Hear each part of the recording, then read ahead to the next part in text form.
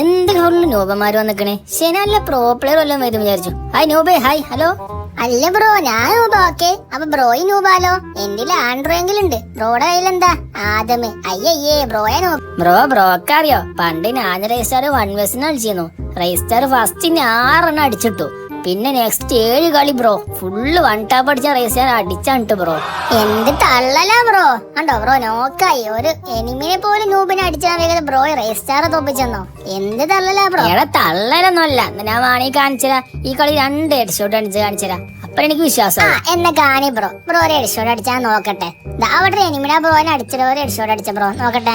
Bro ഇതൊക്കെ എന്ത്? റേസ്റ്റാറിന് 6 1 tap അടിച്ചിട്ട് എനിക്ക് ഇതൊരു സിമ്പിൾ അല്ലേ. കണ്ട ബ്രോ, നോക്കായി കണ്ട എങ്ങനെ ബ്രോ. ഞാൻ റിവൈവ് ചെയ്യാ.